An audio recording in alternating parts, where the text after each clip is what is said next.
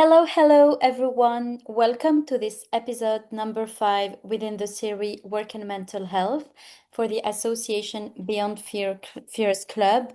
As a reminder, since this is my first episode in English, Beyond Fears Club is a French association that raises awareness around mental health in a conscious and positive way.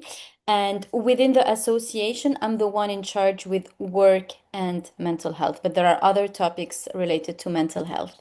Today, I have the great pleasure to have Perry Gladstone, who is here. I'm going to introduce him in a short, and this episode will be dedicated to family businesses. Is it a gift or a trap? So, Perry Gladstone, as far as I'm concerned, and based on the exchange we had prior to the recording of this episode, you are a coach, but obviously not only a professional coach, you're also an artist. And we could tell from the background of your screen, like you're a surfer, you play guitar, you play piano. So maybe before we jump into our core topic today, you could tell us more about yourself and what brought you to the topic of family business. Mm, Thank you, and what a pleasure to be part of this. So thank you for the opportunity. A bit about myself. I was an entrepreneur for most of my life. I guess I still am, and started a lot of companies. But the common denominator to the thread was that these were opportunities, ways for me to get access to a world that I didn't have before. So I grew up in Toronto and desperately wanted to surf and be part of the surfing community and what the ocean represented and that whole idea. And the closest thing to that was skateboarding. And so I became very serious about skateboarding from the age of 6 years old. And by the time I was 13, I had started getting involved in selling them. When I was 15, I actually quit high school to open my own shop. Wow. And that took me to California, where I got to be part of the world that I had longed, to be part of. The people whose pictures I was cutting out of the magazine, putting on my bedroom wall, I became friends with. And again, the lesson I learned from this at an early age was that if you want to have access to the things you really are excited about, that it's possible, that you can find your way. You don't have to wait for an invitation, but you can find your own path there by contributing in a way that you're capable of contributing. And I think we'll talk more about that in the context of family dynamics. Um, I fully agree with that because for a yeah. very long time I wanted to do something around communication. I Hmm. guess it was in another era, I would have waited for a major TV network to invite me, but now I'm like, okay, I can start my Instagram account, I Exactly. can start my YouTube and launch, and this is a topic of interest to me now, so I'm gonna do that. Let's go back Perfect. to family-owned business, gift or trap. Um, I want to start with the idea of identity. Obviously, you mentioned that you left high school to start your own shop or something like that, like to be an entrepreneur. Hmm. This is a luxury that people with no predefined path can do. Like they can either go and apply for jobs or they can decide, okay, this is appealing to me, let Hmm. me try this. But when you are born in a family that has a legacy, that has a business owned, you sometimes, in a very subtle way, from your birth date, you are predestined to join the family-owned business sooner or later. And in that sense, there is a real topic or question or debate around whether when someone has the pressure to belong versus Hmm. the need to be yourself. They say, I Right. forgot who mentioned that people who have a fulfilling or happy life are people who find who they are and become the most authentic version of themselves, something like that. And I want to start this discussion to which extent you are free to become who you are when you have the pressure to belong and when you have a path that's already uh Determined or yeah, exactly, set already set for defined, you. set, Yeah. exactly set for you. This is a very interesting idea, and it's a very powerful dynamic. I want to engage with it with this starting point, and that is that every human being has to self-realize. And if you think about it in a very fundamental way, that is actually what happens naturally, which is to say, at the beginning, when we're born, we're not separate. We're not separate from the where we came from in the first place. And we actually go through a very specific process in which we learn that we are separate, that we learn that we're an individual, that we're different from the world around us. And that's to a great extent what separates humans from animals. And so not to avoid your question, but I think it starts with this process is natural, it's endemic, it's built into us. And then the next version of it is when we start to go through our own identity development process that we are a separate individual from our family. And there's a lot of pressure there, of course, right? And there's Right. familial and there's societal and there's tribal. However, my point here is that it's actually a natural process to self identify and then self determine. So there's going to be a natural friction or tension between what we have to do as developing humans, which is to figure out who we are as an individual, and the path that has been given or presented to us. So the tension or this pressure, which is what you're referring to, what happens when there's a path that's set? You're going to take over the family business. You're part of our legacy. Whatever that happens to be, we still have to go through a self-identification process. Otherwise, we arrest our development quite literally, and we don't develop fully as human beings. So there's a natural tension to it anyway, and then there's the added tension or pressure in the scenario that you're describing. And if I can continue for a minute here, as we self-determine and go through this identification process, identity is a combination of both nature and nurture. So nature is what we respond to, and nurture is what we're conditioned with or indoctrinated into. And then there is purpose. So there's kind of how do we navigate this and also understand that we have our own unique purpose. So when we are put in this situation, if we're not given the grace and the space to go through a certain amount of our own self-identification process, then we end up being stuck or arrested in this development, which needs to take place. And the longer it gets stuffed down or avoided, the more tension and more pressure there is. When we're given the space to do it, then what happens is we can go into self-identification first and then an understanding of what our real purpose is. When we come back with that, then we can then use that to interact with, to engage with the familial expectations, the path, as it were, and make a version of ourselves that can use that, can respond to it, can be part of it. So the real issue is when we're not given that space. And if you look at cultures, certainly some of the indigenous cultures, it's a natural part of the culture itself to send young developing people out into have their vision quest or whatever, and then come back and integrate into the community.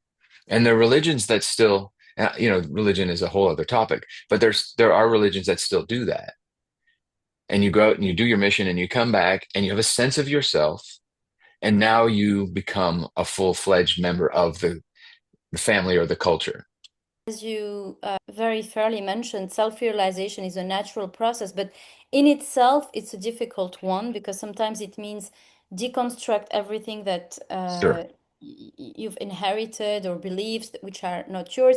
And often it's like parents, environment, Hmm. society, family, even if All there of is these things. family-owned business. But in Hmm. the particular case of family-owned business, and I agree that the process of self-realization, the natural friction with the core belief of the system, may it be your parents, the culture of your country, sometimes it could be the culture of your country if you go had you. Absolutely. In the particular case of family-owned business, and Hmm. especially if I talk from my case, I was born and raised in Tunisia, in a dictatorship. There is like this. cognitive dissonance because at some point Yes. you think you're self-realizing, you think you are being loyal to yourself, but first, the pressure is higher, as you mentioned, and the thinking is somehow way more perverted than in a natural space where you just have to self-realize and kill anything Yes. that has been taught to you to define yourself. But in the case where you've seen people being successful, there is money at stake, there are Hmm. interest, you are part of something that's seen from the outside as a success, then not only the pressure is higher, but for a very long time you could think this is who I am and Hmm. this is what I want to be part of until one day you realize, oh, but I'm being loyal to something that's Right. not me. And that's where the complication starts. You're absolutely right. And there are these points of realization that happen. Sometimes it's because we see something from the outside we were never exposed to, right? That's the power of indoctrination, is to tell you what to think and how to believe. And then suddenly you have an opportunity to see that there's another possibility. Where the system breaks down is when we don't give people an opportunity to express themselves and then come back into the fold. When we try to control the process so much because we're fear-based that they won't do it the way we want them to, then we try to control it. And what most of the time, it just creates a bigger pressure point further down the chain. So, given the opportunity to do it right, we might send our children out to education. We might educate them in a different environment or a different culture so that they can learn how the rest of the world works, with the understanding that we would like you to come back, or we expect you to come back and apply that knowledge to help continue the family business. So there's lots of examples that have been a little more progressive and worked very well, like sending your kids to school. When you're the child of, it's hard to ask for those things when it's not being offered, or when, to your point, this is the way it is. Part of that self-determination journey is to be able to engage with that conversation and to be able to help the people who are operating from a fear-based position and say, I understand what you're trying to do. And perhaps if this were the case for yourself, I don't know. I do respect the family. I do want to contribute. I do want to honor the legacy and my family. And for me to do that, the best way for me to do that is to have some self-realization. I would like to be educated. I would like to have some experiences so I can bring that back and make us better. So, given the opportunity to have that dialogue, it's possible. When the dialogue is not available, when the fear is so strong that they are trying to keep you, Locked. Yeah. protected or blocked from any of those things, that's when we really get into trouble. Wow, I like that. I really like the fear-based system. Um, Control always, at the end and of the day, control and is control. fear-based. And often in a patriarchal kind of Hmm. society, especially businesses that very flourish. And I think of, Hmm. for example, I don't know if you've seen that movie Gucci about the Gucci Hmm. brand in Italy. There has been murders. Yes. There are people who have been put outside the business in an unfair way. So we could sense that there are a lot of fear around maintaining the control and maintaining the power within certain hands. And Right. when you have like a father or a figure of a paternal figure that's so strong, that's so Hmm. present, then of course that will kill any initiative or It personal can. initiative. But if there is room for growth, if there's room for understanding, if there's room for you could explore and go back whenever you want, or you could try this, try something different, and then maybe you Hmm. could get perspective, then obviously it changed this. There are a set of values, Hmm. and in those values, we could find a communication style, whether there's fear, where there's control, and Right. for the individual to decide whether this is a gift or trap for me, can we summarize it in working on what are my values as an individual and whether these values match the Hmm. family or system or environment, and then decide on my own. Like, if I have a family that's based on fear and control, and I'm pretty much a fearful and control freak kind of person, Yeah. then probably it would work to continue on the same path. And I control the business, I'm part of it, I'm shareholder, Hmm. we communicate the same style. But then if as an individual, I'm more inclined towards openness, Hmm. curiosity, democracy, Hmm. then maybe it means there is, how do you say, a break, like, kind of point. Yeah. Sure, and that does happen often, but let's start with the positive side. There's always, you use the word values, and I think that's a nice way to go at this. There is always an opportunity for alignment, and there almost always is alignment somewhere. So the approach that I always take when I'm involved in family dynamics, like the one we're discussing, is to first have that understanding and that articulation of the kinds of values we have. What are family values? What are each of us? How do each of us express that idea? Because within those family values, within those ideas of values and what we believe in or what we believe in, there is almost always an opportunity, as I said, to find alignment. And maybe it's about the future. Maybe we don't agree about what the path is supposed to look like right now, but we all agree that we would like our family to be together and get along. We all agree that we would like to have a certain kind of existence together. Or maybe it's so far in the future that when you have your children of your own, this is the kind of environment or the kind of future you want them to have.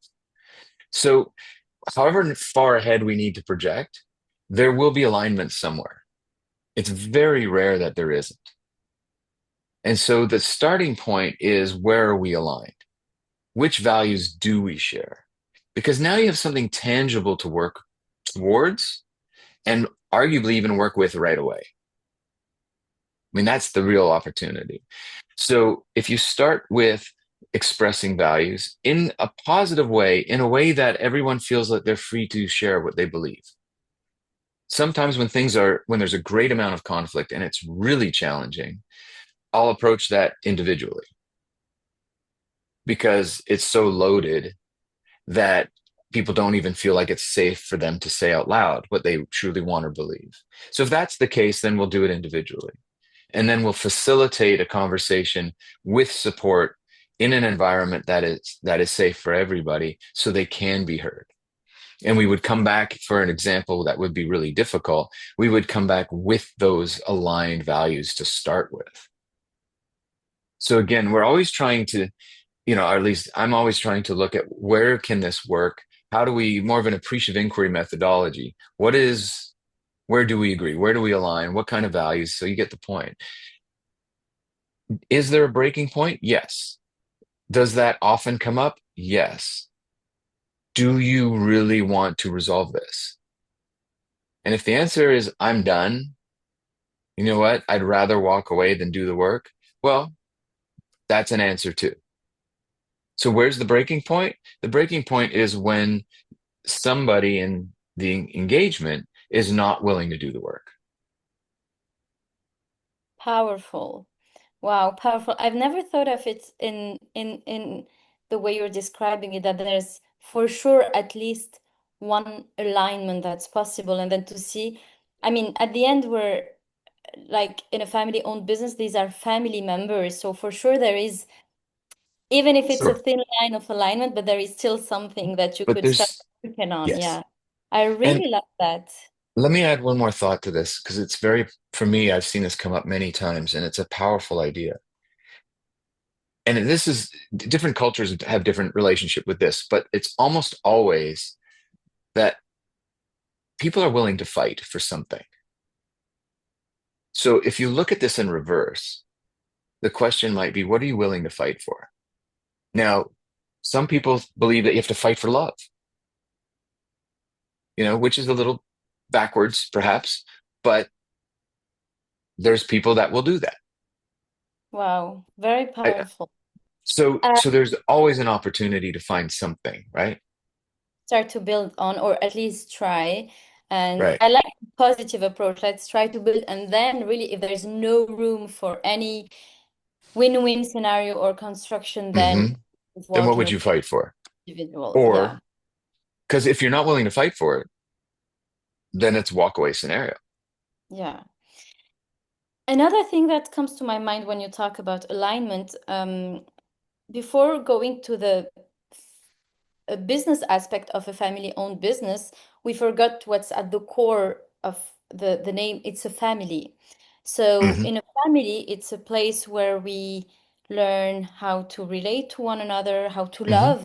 We often associate family with first sense of belonging, Hmm. love, respect, Right. legacy, heritage. So a lot of things happen within a family. Like a lot of people who have trauma, it's often related to their childhood, to how they grew up, to Exactly. their Right. parents, their cousins, to their uncles. So family in itself is charged with a lot of association with emotions which are Hmm. core and primary to our not only survival, but to the way we thrive, to the way we love and relate. So adding to that Yes. the business part and going back to the question, what are you ready to fight for? Maybe some people, and I've noticed that we could belong to the same family, but some like could be very competitive. Like they could kill you. They Hmm. could be sharks, like the Wolf of Wall Street. Right. But then they're also very interested by their image. So Hmm. for them in society, it's very important that they preserve a certain name and that people Yeah. see having good relationship. So what's your approach as a coach to tackle like that safe space that is supposed to be a family Right. when you have to also deal with competition, profits, Yeah. uh, being number one. I mean, at Sure. the end, only one CEO in a company. So yeah, they are competing one Hmm. with each other with that position.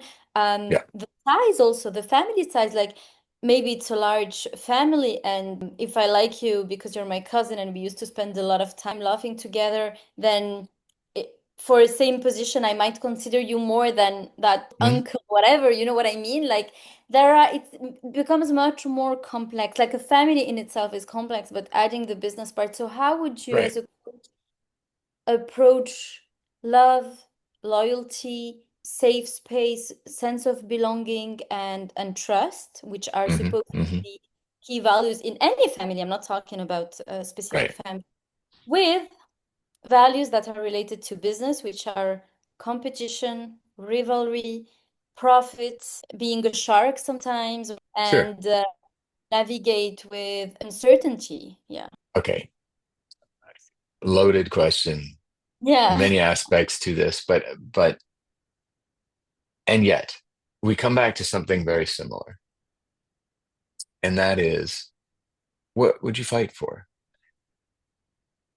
Because if we're honest with ourselves first, and we're able to, with some help, I mean, this is my job to help be honest with each other, then we can have a real conversation, a constructive conversation, and create real solutions. Let's say that somebody truly wants to protect their image, or they want to have an image, and that is the thing they want above all else, and they will choose it above their family. Why not be honest about that? Because most of the time, people will say something and do something else. They'll say, I'm all about family and I want this and I want that, and everybody should. But really, at the end of the day, they're making choices that benefit themselves because they want to be seen in a certain way. I don't have a problem with ego as long as we're honest about what we really want for ourselves. Because if I know that about you, for example, respect, that public image matters more than everything else, then that's the conversation we're going to have. And that's the honest conversation we're going to have with the other family members and say, you know what, this is truly important to me. And I really, really want to have that. Because if we know, then we have an opportunity to help each other. And yes, there's lots of scenarios because people are making decisions out of stress or emotional decisions or preferential decisions about who they like more, and someone feels left out or jilted, or the younger brother gets a more senior position than an older brother, or the daughter gets overlooked because she's not a man. And like a lot of these things play out a lot of the time. And it's because we're making these fear-based decisions based on old ideas and not asking each other what really, really, truly matters. Because if someone were to say to me, you know what, I want that more than anything, I would walk on glass for that. You know, a friend of mine asked me that the other day, and they said, what would you walk on glass for? And I said, you know, the Clash called and said, Joe Strummer's dead and we need you, I would be out the door so fast. Wow. So knowing that, and this is a conversation I had with my wife recently, and it's funny but not funny, right? Because it's important for her to know that there's a part of me that wants to be a rock star. Now, I'm lucky. I get to work with rock stars, literal. So I get a taste of it, you know, but it's vicarious. But I want to have my own little experience with that. And so the way that we resolve this, and I know this isn't a similar example, but I'm just trying to illustrate the point, I like is it. that I like it. we now, my wife knows that for me, that's something that I would love. I dream of it. It's a fantasy of mine. And you know what? I was lucky before I had a record deal. I got to tour a little bit. So we have an agreement that for 2 months a year, I can be a rock star. And I can go out on a weekend and play a show here, and I might go for a few days over there and do a little bit of that. I'm not going to take it all at once because I don't want it that way. And she supports that. And we can have an understanding and an agreement that that's okay. And it can be part of our family and integrated to a certain extent, but it's mine. It's not for the family, but the family can support it. It, So you get the point, right? If we can't be honest with ourselves, then we can't be honest with our family. My job is to help people be honest with themselves first and find the courage to share that with each other so we can have a real conversation about how to support each other. Because if we really do love each other, we want what's best for each other.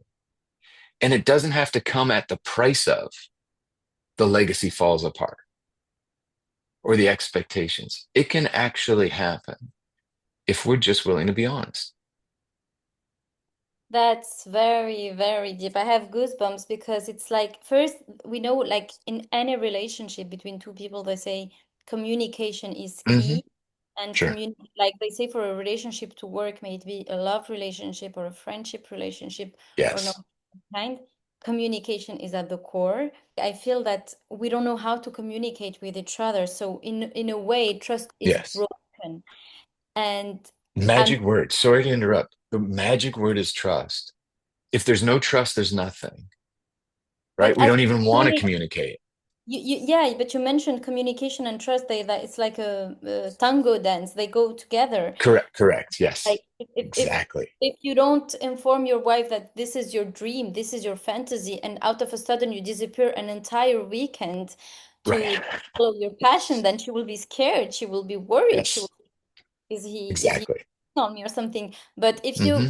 communicate clearly, this is my passion. I want to invest time in that. It doesn't mean Hmm. I'm forgetting about you, but it means sacrificing certain weekends, certain holidays to go follow Hmm. that star or whatever. Then yeah, then it changes the whole dynamic. But really, like communication, so we go back in a very complex problem to something as basic and as simple as communicate with each other Always. and start with what are you ready to fight for? Like invite everyone around the table. Hmm. And then of course it won't be easy because No. first with two people it's already complicated, but imagine in a when we're talking about third or fourth Yes. generation of people and everyone to come and say, okay, for one it's profit, for one it's image, for Right. one it's a sense of belonging, for the other person it's, oh, but we are family, so we should all remain Right. friends, and then things start. But at least we open up and there's honesty. You know that what drives a telenovela, right? Or any drama, really, right? is tension and release. And that's how you create a good story. But what you see consistently in the big dramas, the telenovelas, that kind of stuff, is consistently over and over again, people don't tell the truth. They don't tell each other what they're really thinking or really doing or really believing or wanting. And that's what leads to the tragedy over and over and over again.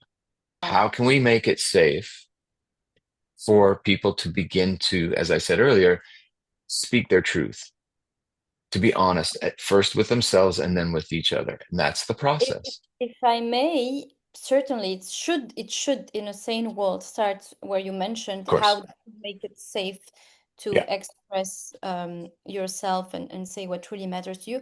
But in some case, it's there's a step before that. It's like certain people they never taught them how to communicate or Correct. even how to think that it is possible to Yes. ask a question and to which is a step I mean Right. maybe not So my think, our generation but yeah. like if you have to deal with your granddad in your Hmm. family owned business or if you have to deal with that grand uncle or grand aunt or whoever they don't even know how to communicate. Like communication for them, the passive aggressive, or they just go silent and they shut you down Right. because this is something so fearful to them. You mentioned fear initially. So it's not a matter of good intent. It's they No. never learned how. And so we need to facilitate because you're absolutely right. You're absolutely right. And maybe they came from a world that it wasn't safe for them to be honest or to speak up at all, right? Whatever they're coming into it with, we need to honor. And it's very difficult to do that within the family because those are the norms that you don't break, which is why having a different perspective or third party can be the safe way to do it. I mean, quite frankly, it's why I have a job because I can be that trusted third party where there's less consequence. Even if I'm working with the family as a whole, I can have an individual conversation with someone where I can meet them where they are. I can respect what's hard for them or what's scary or where the fear is based. So that's why I said earlier, it doesn't always work to put everyone in the same room out of the gate. Sometimes that makes it much worse. Sometimes the conversation starts one to one in a very considerate, careful, thoughtful way to build enough trust between me and the individual to then be able to start sharing and getting into the familial dynamic. And, it's no surprise that even people in the practice who come from families of wealth can't do it for themselves. Wow. We forgot something that we are all human at the end of the day. I've been so long seeing family businesses as just a business, but then, yeah, there is a family, and even when the values Right. are distorted, like taking it one person at a time When and and and that's what's required. Yeah. tackling the human part, like we're Hmm. at the end, the family-owned business is the sum of many human that compose that. Can I But can I yeah, interrupt you one more second? I'm so sorry because you said sure, something it's a really discussion. important that Yeah, sure. okay, I just don't want to miss this because you said something a second ago that's super important. You said the family business is a business. It is its own thing too. Any relationship is, one side, the other side, and the combination of both. So when we're thinking about how to find these alignments, right, and start this type of dialogue, we do need to consider that there is another entity, and the business is its own entity, and the business needs what the business needs. So it's one thing to do the family dynamics work and work our way towards alignment and a step, a path forward and a strategy. And we then introduce the business. And what does the business need? Even when it's a family business, what does it need? And that's another player. So I just wanted to make that point. Perfectly join you on that. Like the business in itself is an entity that's apart. Mhm. Sometimes you have to think for the good sake of the business. And Right, we often see when there is transition periods from a right. generation to another, a lot of family-owned business do not survive that Correct. because the tension, the fear, the ego, a lot of things go Hmm. wrong. it becomes self-sabotage and self-destruction, and the emotion, the unresolved trauma that's proper Correct. to family then gets Mhm. reflected in the business. But do the way you described it, to really consider the business as an entity apart, it requires a lot of maturity and a lot of collective interest also, to think it's a win-win for all of us, but let's consider it separate. You and I might have a Right. conflict on a personal basis, or you and I might not like each other on a personal level, or whatever. You did that lunch on Sunday and you didn't invite me, Mhm. but then let's keep in mind what will make this business thrive and successful. And for that, for me, there's maturity. Yeah. So if we have to sum that, what makes a family-owned business successful and family-owned business not survive, it's the ingredients. It's trust, communication, Yes. um, safety space, but then maturity and being responsible in a way, and Hmm. to not let family dynamics have an impact on the first profit. So how would you, there's a family culture that in a way shape the corporate culture. So how do you manage to separate those two? So again, you articulate this very well, and you have experience with it. And I would go back to the idea of being honest about what we want. Family business is different than a traditional business because the intention is to have a family business. So I would go back and ask that question. Do we want a family business or do we just want a business? Because if we just want a business that generates money, profits, opportunity, then hire the best people in the world to run the thing and take your distributions and go live your life, and do it the way you want. Do you want a family business or not? And if the answer is yes, we want a family business, the legacy aspect, this, that, the other, then we got to go back to alignment. We got to be honest with ourselves. We want a family business because we want our name to continue, because we hold a position in our society. Why do you want a family business versus another business? Let's be honest about that too. And then let's decide what we're going to agree on to allow that to happen. Because you can be a family business or you can be a family in business. Wow. So if we don't go back to this basic truth where we express it and we're honest with ourselves and then each other about what we're here for, then we don't get to have what we want. So, and that again is the breaking point. We have to be able to do that. And there needs to be the support, the right kind of support to have those conversations. Then we can be and we can have what we want, or we can choose something else. There's lots of families in business that are extremely successful. Some of them exit, they sell it, they maintain a certain amount of interest, they stay on the board, but they're not family businesses anymore. But they get the benefit of having the legacy of what, the original wealth creators started. Amazing. Yeah, wow. I mean, there's a lot. Obviously, one session is very short. Initially, any family-owned business starts as a family business, but then Right. over time, it becomes family in business. And where the gaslighting starts and where the Hmm. manipulation really takes in, and then we go back to individuals and Yeah. whether it's a gift or a trap and how they can reinvent themselves. It's when you were educated or you were made to believe that this is a family Yeah. business. And do not forget, now we're both adults, we both have experience, but let's go back to a 15 years old teenager who has been taught, Right. oh, but this is family, we love, you could see nice pictures, nice portrait, family Yeah. portrait, everything, the Yeah. founder, the beautiful storytelling. But the reality today is that the links are so far away one from another, Hmm.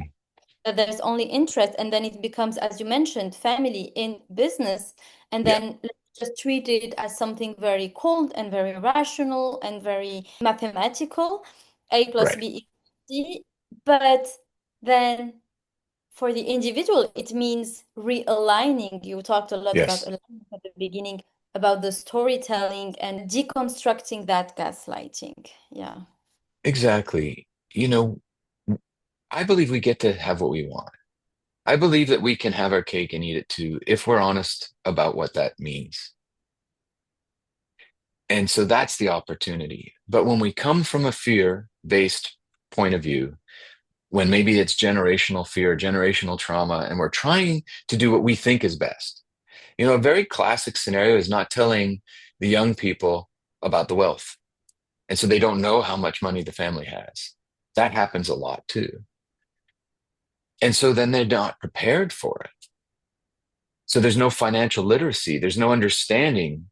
And then they suddenly find out what's for real and they're not mature enough or they're not prepared for it. And there's a lot of parents or wealth creators who think that's the right approach. Don't tell the kids because they're going to be spoiled and they're not going to earn it and they're not going to learn how to go through the world and fend for themselves. And they want them to go out and have a real experience like they did. And we see also a lot of CEO now who just make the decision to donate all of their wealth and to tell their Right. kids, I did it, I've done it. Right. Now Go it's your figure it out turn. for yourself. Go Yeah. figure out for yourself who you are, what's your passion. Maybe you Hmm. won't have as much money as me, but try. Like this is life. Life is meant to Right. be self-realization, and that's what you mentioned at the very beginning. And yet we work hard for the privilege we have. And we want to share that with our family, with the people we truly care about. So let's have that conversation. Hey, you know what? I want you to go out and find your own path. I want you to earn your own way. Okay, but I can support you in some of that. Here's how we'll do it. Let's say, let's take a scenario where I'm a young adult. Hmm. There is this possibility of joining the family-owned business or trying to find my own path, and we Yeah. start together. How would you approach first? Like, how would you start? Because obviously, the answer to the question, gift or trap, isn't an easy one. Would you start with working on the values, or would you encourage anyone to first go explore the world, try new stuff, and then decide at some point whether they go back and they go through that friction that you mentioned? What's Mm. your best answer to that? How would you tackle that individual who's a little bit lost in what to do in life? I believe everybody that comes into this world has a purpose, and there's different ways to go discover it. And sometimes it's that, visionary trek or quest, and you go out in the world and hopefully you come back with an idea or not.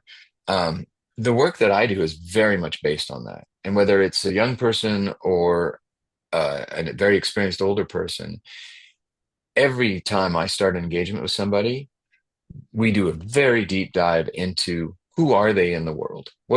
Without the context of the family or the business or any of those things, what is the true purpose that you're here to do in the first place? And it's, as I said before, identity is a combination of nature and nurture. So, some of it is experience and response and responding to, and some of it's endemic and already there.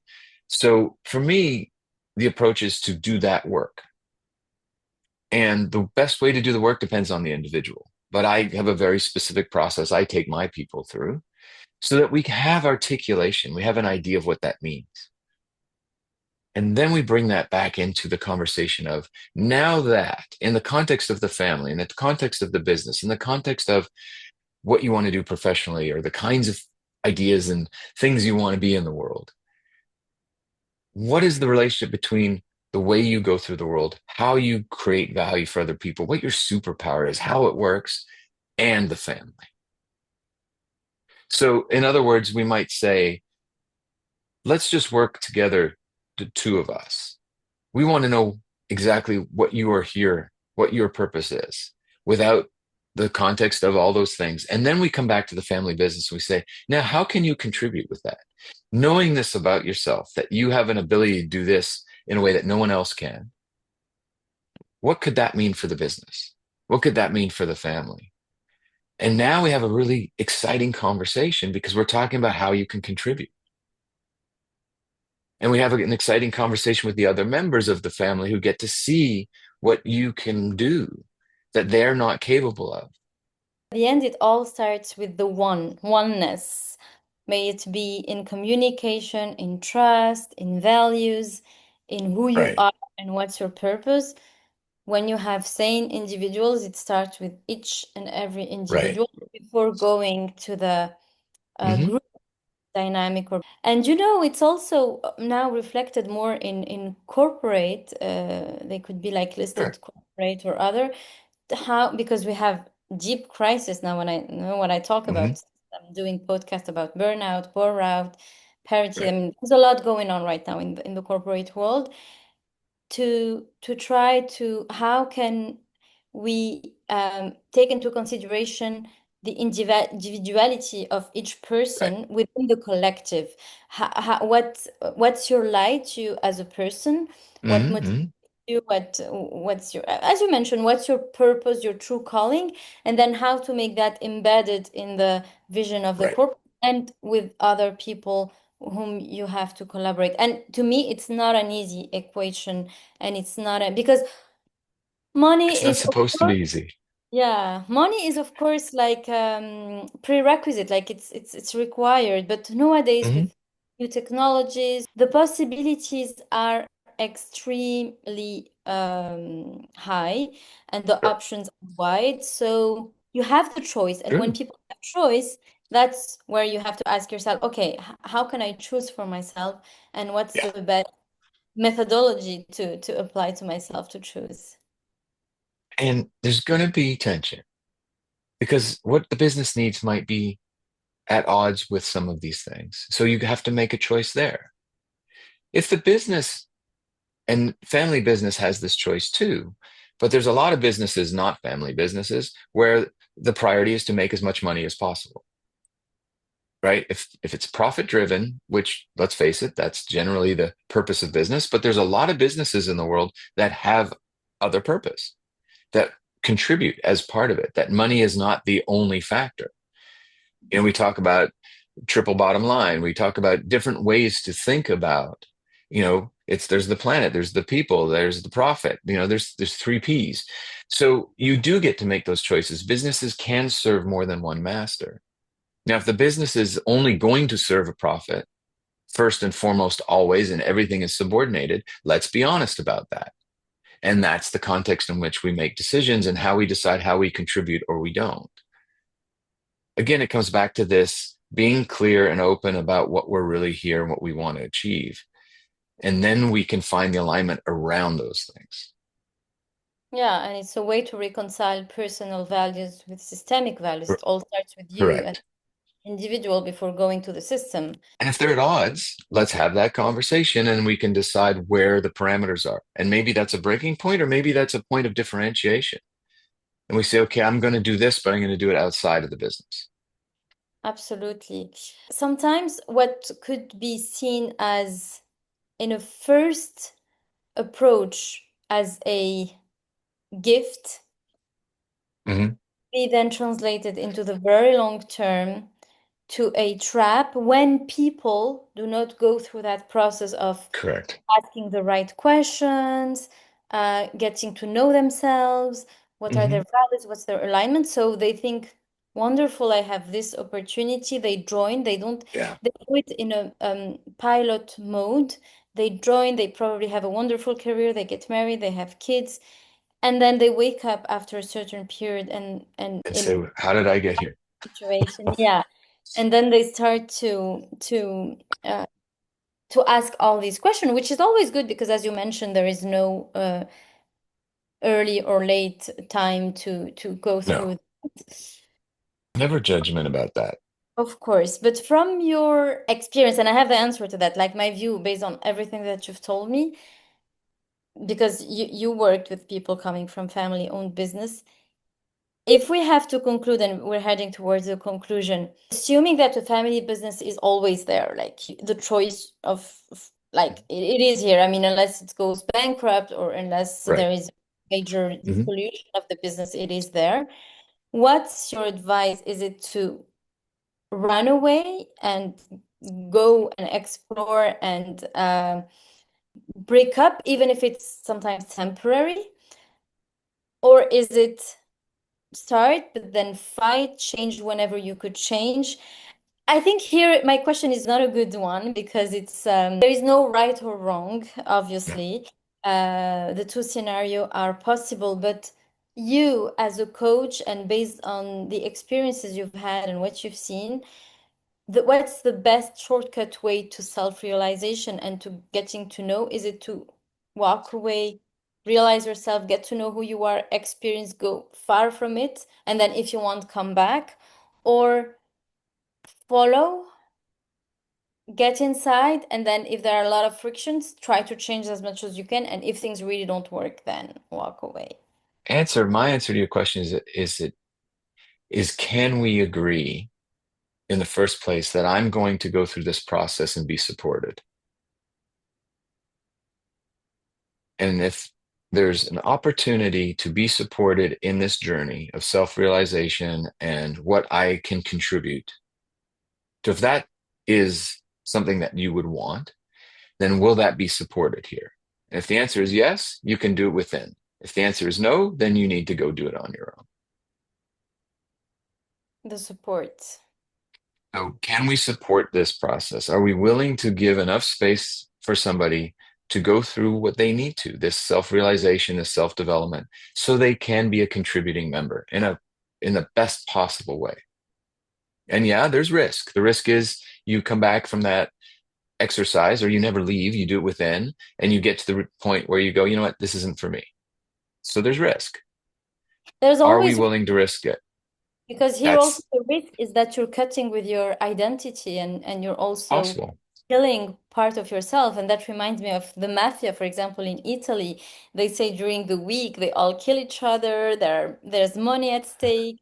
There Sure. are territories. But then on Sunday, they're all at the church wearing Hmm. beautiful clothes and all smiling and having that beautiful family picture all together.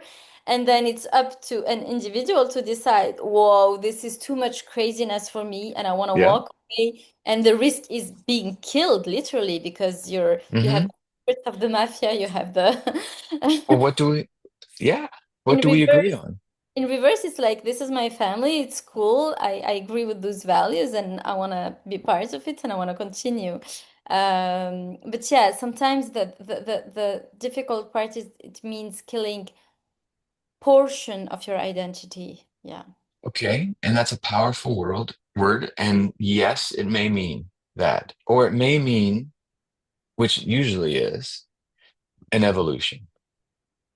You're not killing off an identity. What you're doing is evolving. So, do I have the support to further develop in this family business? Yes or no? Can we do that for each other? Can we take a certain amount of risk and allow that to happen so we can come back better?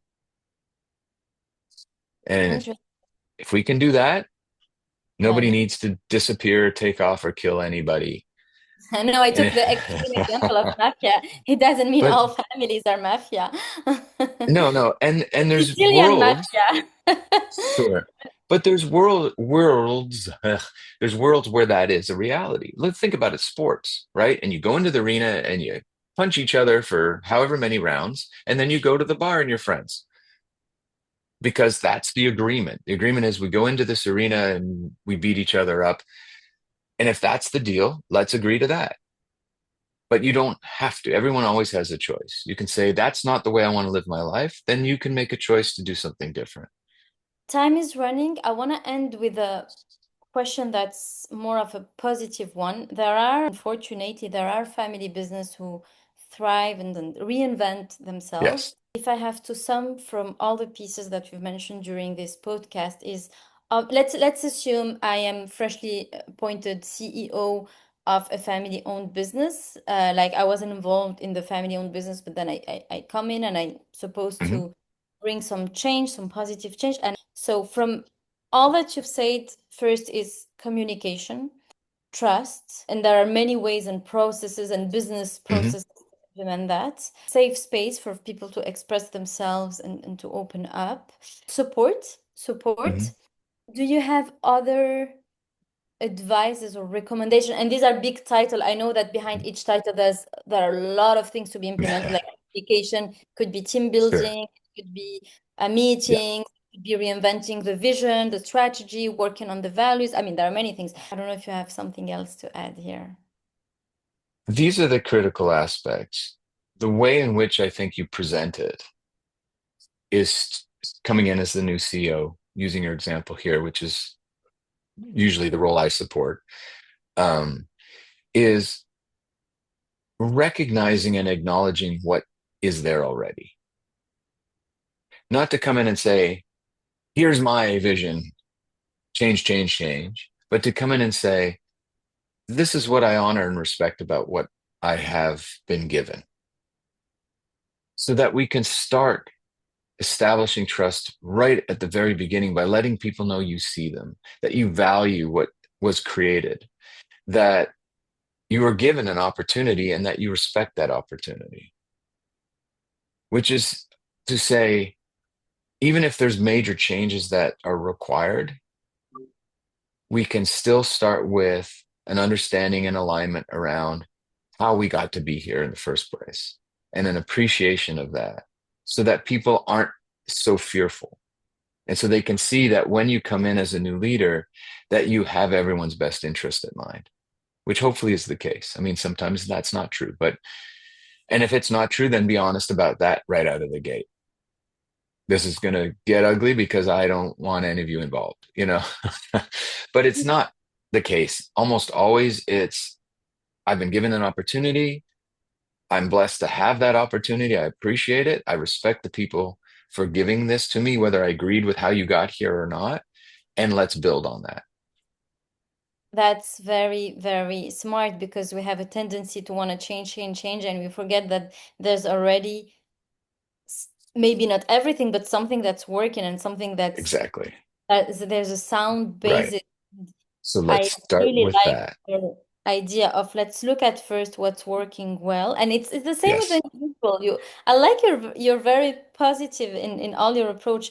Like let's look at what's positive today, what Hmm. works, what made it successful so far, and there Right. are probably things that we need to preserve and that Or yeah honor.